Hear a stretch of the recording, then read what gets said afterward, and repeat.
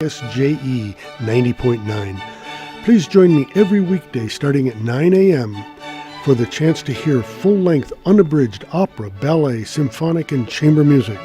I'll share news of local concert events that you may be interested in attending, background information about some of the greatest musical compositions ever written. Tune in weekdays 9 to 10 a.m. and Wednesday from 9 to 10:30. KSJE is supported by San Juan Regional Medical Center, a community-owned and operated hospital. Here for you when you need us. From emergency care to routine checkups and screenings, caregivers are here and ready to provide the safe, high-quality care you need close to home. Online at sanjuanregional.com with the latest health information and resources to help you live life better here.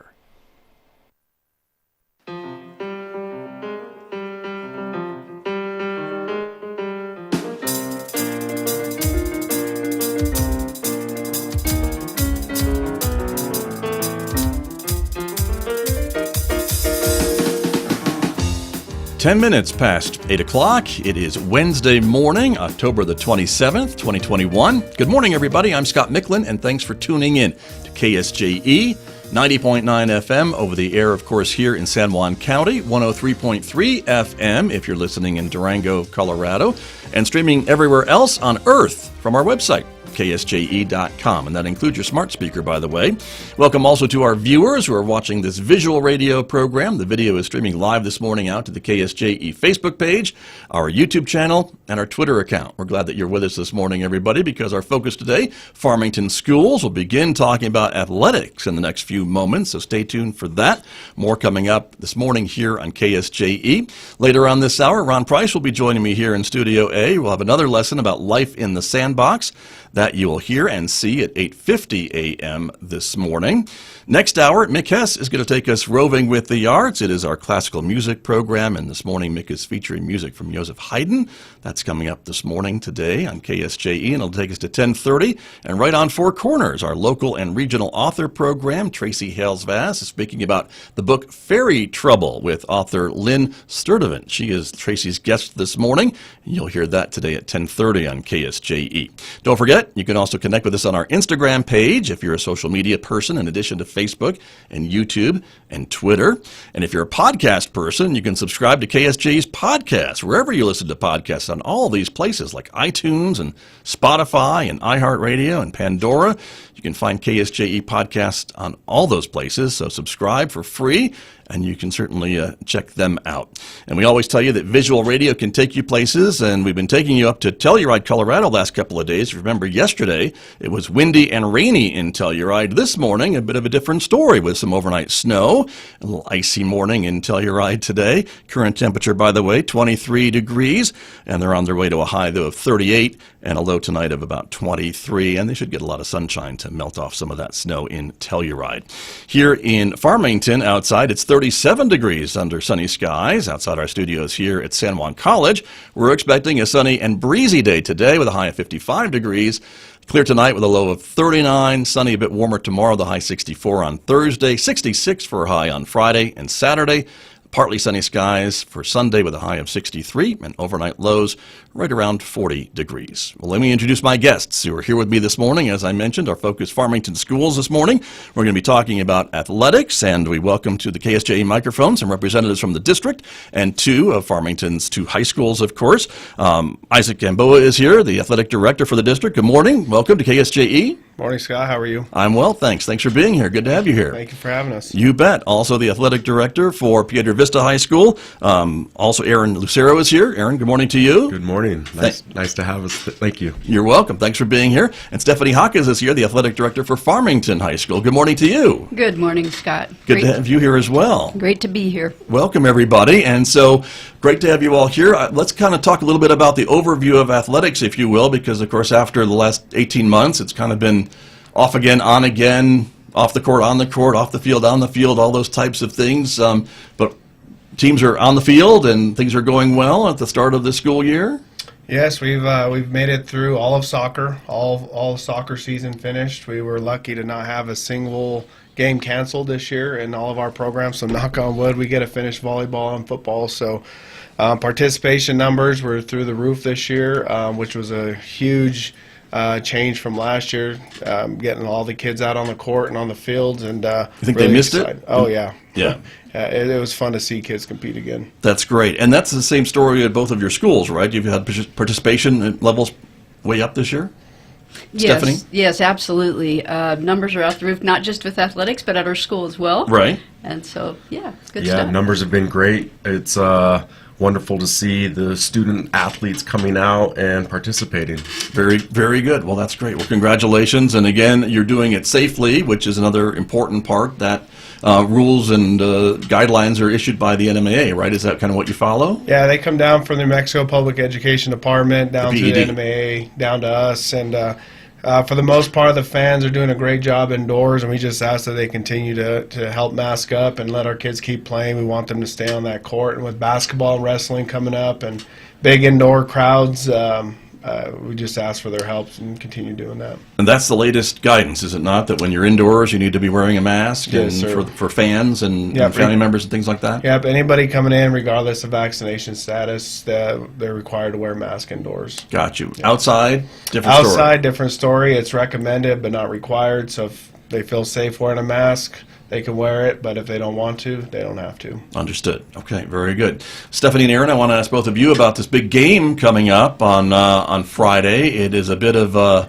big deal from what I understand with your two schools, and there's been events all week leading up to this big game. Rivalry week is a great time on campus. It's always fun. It always has a lot of activities for the students and athletes, and we try to get as much participation as possible. Right, and so we're talking, of course, about the big football game between Farmington High School and Piedra Vista High School, which will take place on Friday night, and at Hutchinson Stadium. And so this is just a big rivalry game. But when I think about rivalry, I think you're pitting teams against each other and things like that. But I know it's a little bit different because your teams kind of, schools to a certain degree, work together. Mm-hmm. Isn't that true? Absolutely. This has been an interesting time for both schools, all schools actually, and a time for us to come together, especially with what's been going on with the pandemic. And that's a reflection of what's going to happen at the game. We have combined cheer, dance at the halftime band as well, our combined tailgate before the game. So we're really, really stoked to see everyone come together. They've been practicing together. Once again, that unity through tradition, I think, is probably a good keynote to stand on. And talk to me more about that, because it really is interesting that the combined cheer squads and things like that are really cheering for both teams, then, aren't they, along the sidelines? Yes, correct. And we're, interestingly enough, Farmington High is the visiting team, so we'll be on the guest side, and we'll be in white. We'll be donning white. So. Gotcha. Yeah. Very, very good. And so PV would be the home team this Friday. Absolutely.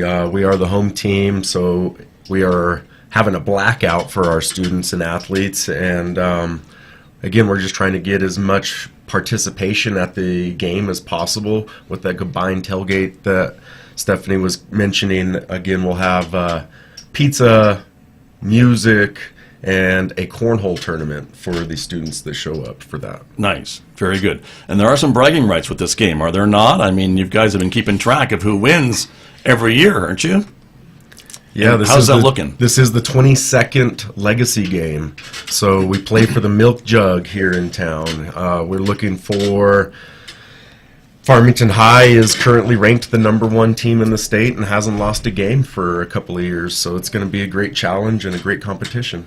Got you. And but one team's won one more game, right? We're at 10 and 11, are we not? PV is at 11 and FHS is at 10 currently. So Stephanie, we're hoping to level that out. I see. Right. I was going to say, is Scorp's a little hungry this year? A little bit, just love Coach Dalton, and he did leave me with a couple of words before I came here this morning, and he said, Hackus, we're just going to focus on a play at a time, a moment at a time, because that's what we've done the whole season. And I so honor his legacy that he's leaving the school in raising these fine young men. Right. Aaron Lucero, any home field advantage for PV? It's very difficult to find home field advantage honestly. in the shadow of Farmington High School. I understand. I mean, I know the district does a good job of trying to keep that neutral ground if you can, but you are considered the home team, right? So your We fans are are the going to home be team. We more will front and be- center, aren't they? We will be on the home side, absolutely. Very, very good. And Isaac Gamboa, how does this work for you when you've got these two schools that are a little rivalry, but still working together and wanting to see the support of the community coming out? You know, we started off the week on Monday. We had an individual from Piedra Vista High School, Sophia Coleman. She's the setter for Piedra Vista High School for volleyball, and she organized a fundraiser, a powder puff volleyball game for the Kathy Lincoln Memorial, where Nice. essentially the football players played volleyball. Volleyball game, not skills, need some work, but Right. the Right. crowd was great. They raised over $3,300, so she did a magnificent job of setting that up. But after the game, the kids were together, laughing, joking. I mean, it was fun to see. Even though it was a rivalry week and everything, the kids really enjoy being a part of everything this Sure. week. So, Nice. And the So- football guys got a reminder to stay in their lane. Yes. And just stay with the football. yes, But good for them. Yeah. They're good sports. they are. Very, Yeah. very good. And and both of your schools have been having events all week. And so there's an event today. There's things going on even today, leading up to Friday's game, right? Yes, actually, for Rivalry Week for Farmington High, Monday was anything but a backpack. So we had students carrying their books and various things like laundry baskets or shopping carts, which was interesting. Actual shopping cart. Well, mini ones too. Oh, okay. Yeah. All right. Yeah, keeping it real. Yeah. Microwaves. I mean, it was really funny. Tuesday it was the first day of elementary school, so they were dressed accordingly, appropriately. Mm-hmm. Wednesday's Camo Day, and then Thursday's Hallow Eve Day, and then Friday will be Scorpion Invasion Day. Gotcha. And that's at Farmington High School. What's going on over at PV? We also have similar events. On Monday also was the Anything But a Backpack Day. Yesterday was College and College Sports Day. Today is Twin Day, so you got a couple twinnies walking around. And then tomorrow also is a costume day, with Friday being Panther Pride Day. Very, very good. All leading up to the big game Friday night, of course. So 7 o'clock on Friday, October 29th. Yes. And you're going to have, as you said, maybe some combined tailgating opportunities at the stadium? Absolutely. Actually, it'll be in our courtyard area, and we're hoping to see a little bit of community there with some food trucks, things like that. Gotcha. 6 o'clock is the start time for that tailgate. Yes. 6 o'clock Yeah. for that. Well, that makes sense. You want Yeah. to eat before you watch the game. So Yeah. the game starts at 7. Game starts at 7. Buy your tickets online. Make sure you have a ticket. If we reach capacity, we're going to stop selling tickets. So make sure you get your tickets on time. And that's part of some of those safety precautions too, right? Yeah, You're limited yeah. to your capacities in Limited some of these to things. Capacities, yeah. So Gotcha. we're at full capacity. I know last year during the pandemic we were percentages, but outdoor, indoor, we're at we can go to max capacity. So Good to know. we have already sold a lot of tickets online. So make sure you get on there and get your stuff. I bet. Very good. We're encouraging Farmington High people to park on the north side, to go through the north gate entrance, and they can also use the south as well, and be mindful of handicap spots in those areas. We try to regulate that, but just be consciously aware. We're trying to do our best to accommodate everyone. Right. Very, very good. And this game, I would imagine, attracts a big crowd of any of them, right? I mean, it's a pretty Yes. capacity crowd, is Yeah. it not? And Huge. that counts parking lots and stadiums and everything else, Well, I would think. we kind of call it all hands on deck, Yeah. which is a former Navy term for me because I understand that. So we're going to pull all personnel on both sides. And once again, a combined effort in our community and what we do. Very good, very good. We just have a couple of minutes remaining this morning, everybody, but I wanted to ask a bit about the whole spirit of athletics and what it teaches your students who are signing up and going through this, and your cheer squads and everybody else, all that, sportsmanship and the things that we hear about. An important lesson for these students to be able to learn now that they're back on the field and on the court and things like that. Yeah, I mean, coming out of the pandemic, and a lot of kids being isolated by themselves and now back into the flow of things, I think they're learning those communication skills again, and they're learning how to talk with their coaches and advocate and really learn how to compete again. And that's really what I've been pushing the coaches, build that self-confidence and teach them how to compete.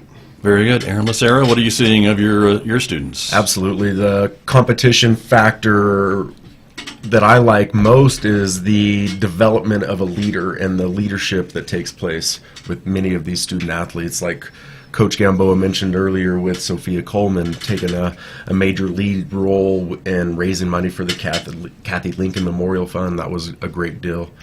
Very much so. Very true. Thank you. And just, Stephanie Hawkins, what about for your students? To feed off of Mr. Lucero, it's about leadership. And legacy is everything. That's the name of this game, but it's also the game of life. My goal in this position is to have legacy coaches, legacy teachers. I now have teachers in my department that were students of mine. That's the whole idea of this, is to build that legacy. Very good. And sounds like to give back, too, a little bit, right? Come back and give back. There you go. Wonderful. Well, thank you all for coming in this morning, and I appreciate it very much. Good luck this Friday. It is, as you said, the All Hands on Deck event, so I'm sure the community will come out and support either school, but it should be a good game either way. Yeah. How's that for being neutral? Oh, awesome. Thank you, there Scott. you go. Thank you Thanks, all very Scott. much. You're very welcome. We'll have more with Farmington Schools in just a moment, everyone, here on KSJE.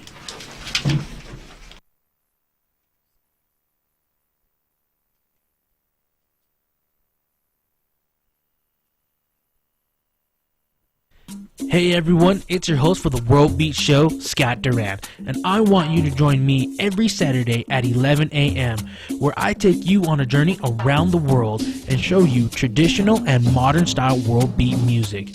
Music from Africa, Spain, France, Japan, China, heck, even songs and artists from the United States itself. So join me every Saturday at 11 a.m. only on the KSJE 90.9 FM. It's the Halloween season. Join the actors of Theater Ensemble Arts and KSJE for the classic Halloween story of Dracula. 9 p.m. Saturday, October 30th, and 8 p.m. Sunday, October 31st. I come not to bring peace, but to spill blood. Dracula, on your radio, smart speaker, or streaming on KSJE.com. 9 p.m. Saturday, October 30th, and 8 p.m. Sunday, October 31st. Listen, if you dare. Hi, I'm Sam Payne, host of The Appleseed, an hour filled with stories for you and your family. And we're not talking about news stories here. We're talking about fairy tales and folk tales and personal stories and family tales and even a little music from time to time. And each story could spark a memory for you that you can share with the people that you love. Hear The Appleseed every Thursday at noon, right here on the information and cultural beacon of the Four Corners, KSJE, Farmington, New Mexico.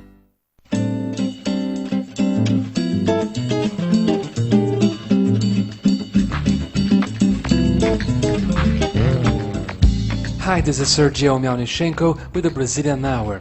I would like to invite you to join me every week with the best and most exciting music of Brazil. Every week, right here. Tune in the Brazilian Hour every Saturday night at 11 on KSJE Farmington. KSJE is supported by the Farmington Civic Center, bringing a full slate of entertainment to Farmington and San Juan County. The Rocky Horror Show, October 21st through the 31st at 7:30 p.m. The Farmington Civic Center, 200 West Arrington in downtown Farmington. Find out more online at fmtn.org/shows or at 505-599-1148.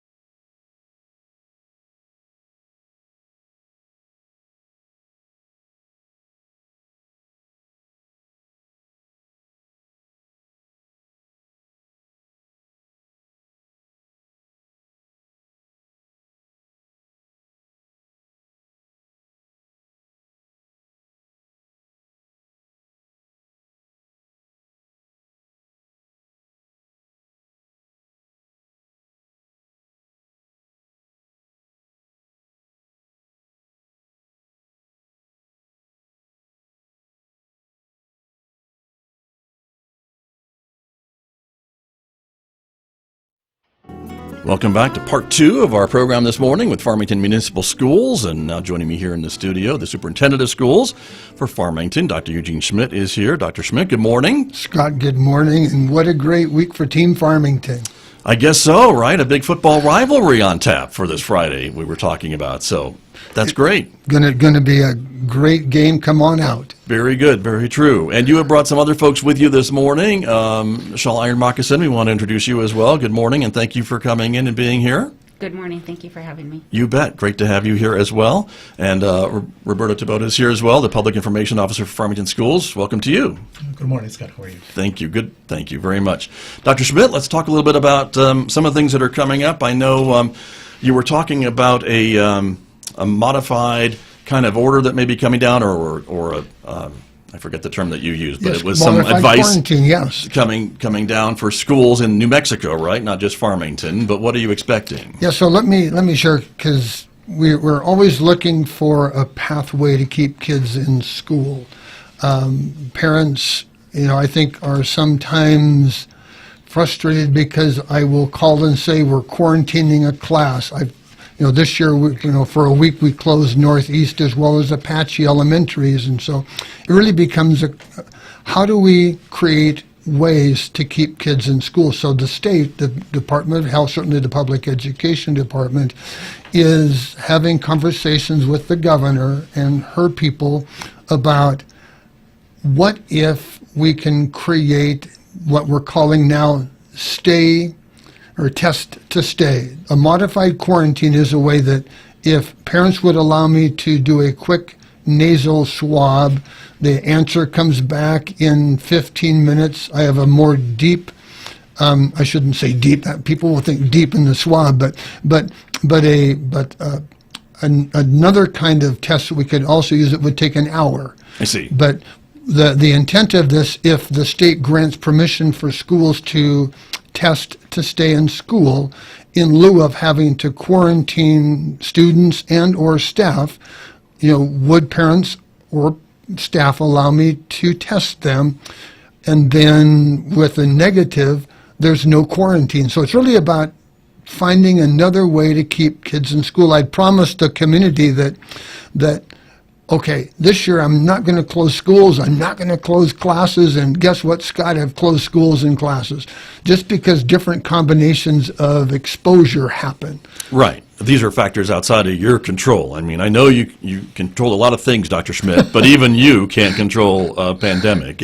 But I know you're trying to keep schools open as you can do it safely, and that's the other issue here, too, is how to do it safely. And I'm very excited because we have, with enthusiasm, so I will share the name Dr. Brad Scoggins, who is my medical consultant as we try and go through this understanding of, as one of our local pediatricians, what does this look like? And, perhaps someday I'll try and talk him into coming on the radio to talk about. He's been here before, so he knows, but yes, that'd be great to have him here. But, somewhere in this story, and to the parents, if the state grants us this permission, I'm going to be coming back to you and explaining that your child won't have to quarantine if that child is allowed to test. And so it's something that I'm looking forward to, what the state calls a revised toolkit that I think is supposed to come out tomorrow. And if this information is in there, then I will see how quickly we can adjust our internal practices, which is why Mr. Tabota is here. He has to figure out how to communicate the message to the community. But right. Now that you've already done that for me. Well, there you go. A little sneak peek, everybody. But we should be hearing more about this week, is what you're saying. And so that's great. The other thing I know we wanted to mention, too, is that the school board, was it just this week, declared the year of literacy for Farmington schools? Yeah, is that a fun bit of business? Parents, good for you parents. You've been the first teacher for 18 months, at home working with remote learning. But even in a perfect remote learning world, I'm not sure that kids fully understand all the concepts for reading, writing, math.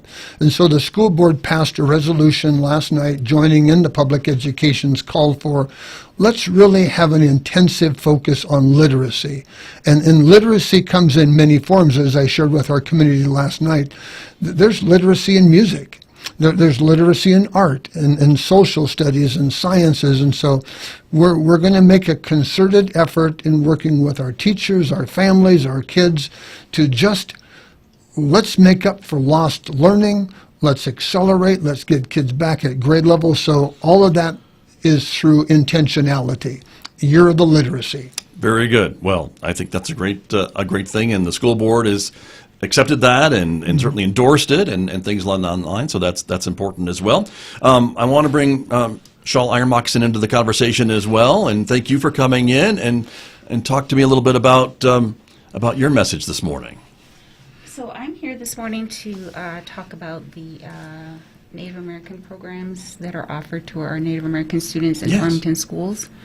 So through the multicultural services, we do provide a lot of those unique services for Native American children identified per the Indian Education Act, which does involve providing workshops for students that the program operates around 5 core values.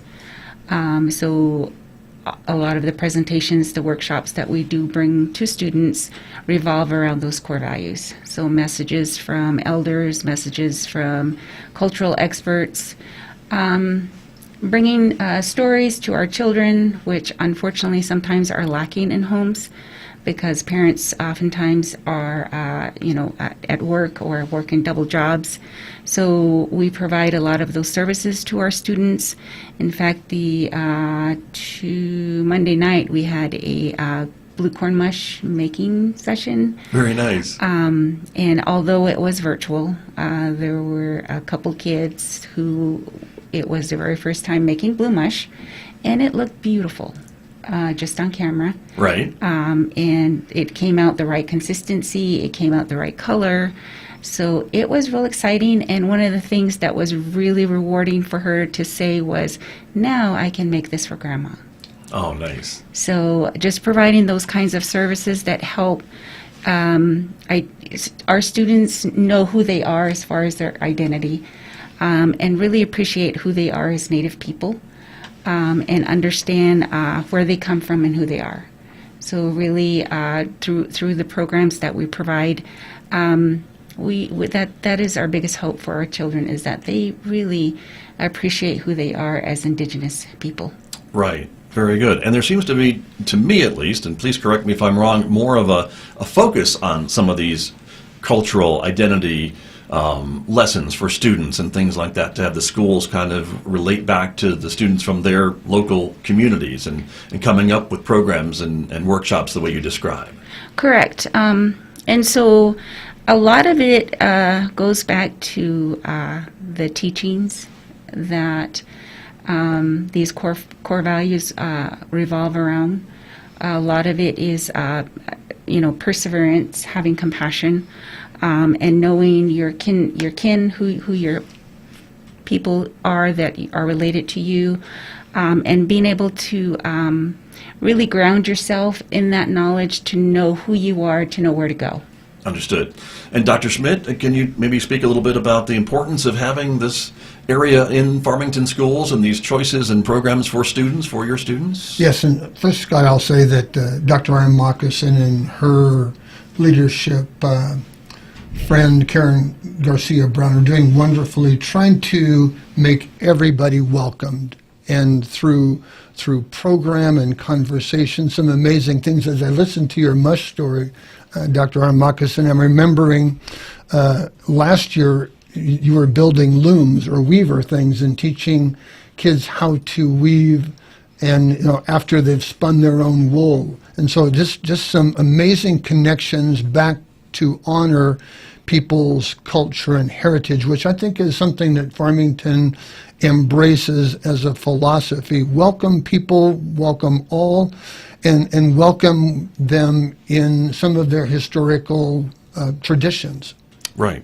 Very, very true. And the district is broken down. You have a large number of Native American students. I can't think of the exact percentage. I'm sure maybe you can, Dr. Schmidt. And that's one of the wonderful stories that is evolving in Farmington. This is my 7th year, and we have watched with a great bit of delight the Native population grow every year. This year, my Native students represents 47% of the population. So imagine a school district of 11,200. Scott, you're better at math than me. Oh no! Oh no! Oh no! But we'll try together. But, yes, but 47% of 11,200 is a bundle of kids, and yes. and that tells you that it is that welcoming atmosphere that Dr. Aron and her friends are trying to project, that welcoming to all. So it's exciting for our community, and what's exciting is whether it be the artistic realm, the athletic realm, because I know the first half of your show was about sports and things, right. but our Native children, our Hispanic, our Anglo, it's just when we look at teams on Friday nights, you're going to see Farmington as a community reflected in the presence of the players and athletes on the teams or the music departments. And so it's exciting how when we celebrate that year of literacy, that all of our different kids are taking advantage of that opportunity. Very good. Well, thank you for that. And Dr. Iron Moccasin, I want to ask you, too, a little bit about what Dr. Schmidt was mentioning there, too, is that you have these students and you want to celebrate their identities and their culture, but then you also want them to come together with the rest of the student body to support the school and athletics and academics and all those other things that we think about for students in school. It's kind of a balancing act, isn't it? Absolutely. It is so critical to know your roots, but today we are not only locally competitive, but also globally. So it's real important for our students to be able to have that ability to compete as well with their peers. So academics is extremely important. Being able to succeed in that realm is also equally important to be able to move forward successfully.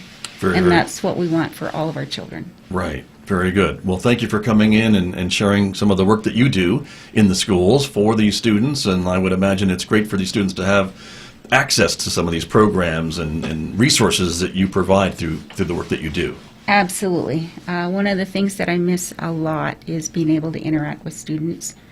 So this is kind of a way I do pop in on the Zooms, which is not the same. However, it really is nice to come to a workshop and look at the faces and see that they are enjoying, that they are learning, that they are wanting to learn more. So that's rewarding. Very, very good. Well, thank you again for coming in. And Dr. Schmidt, before we run out of time, I know we want to remind folks of Election Day coming up a week from yesterday, so next Tuesday. Early voting is continuing, I know, throughout the county until this Saturday. But you have a bond on the ballot for residents of the Farmington School District that they should be aware of. Yes, I should have brought along my I voted patch for this morning just to get out the vote, because I think I was number 57 voter at the public library about a week ago. So, and I want to say that over 700 people have voted now, so that's a nice early start. Mm-hmm. But I do want to remind people of the importance, as have you, that there is a bond, and certainly there's school board elections as well. But in particular, the bond is an opportunity for our community to continue its investment in the future of our facilities, with a special focus on, for this $8 million, a lot of improvements to elementaries and especially elementary playgrounds. If you can create an atmosphere where kids enjoy school, kids are going to show up and learn. So this is our chance to reinvest in the future of our kids. So get out and vote. Very good. Thank you for that. And we encourage everyone to do that. And again, you're right, school board elections. And if you think you live in an area that there's not a school board election, but if you're still in Farmington schools, you can still vote on this bond issue. And if you live in the county, there is a countywide question going to voters about funding the 911 dispatch center. And so everybody can vote on that if you're eligible and registered to vote. So there's really no, what I'm saying is, audience, there's no excuse not to go out and vote because there's a question you can vote on. So thank you for bringing that in, Dr. Schmidt, and for bringing all these guests with you this morning. You must have a van parked outside or borrowed a school bus. I'm not sure, but it's always great to have you here, and everyone else that's here too. Thank you so much. Look forward to next month. All right, we'll see you then. That's Dr. Eugene Schmidt and our other guests from the Farmington Municipal School District joining me this morning here on KSJE.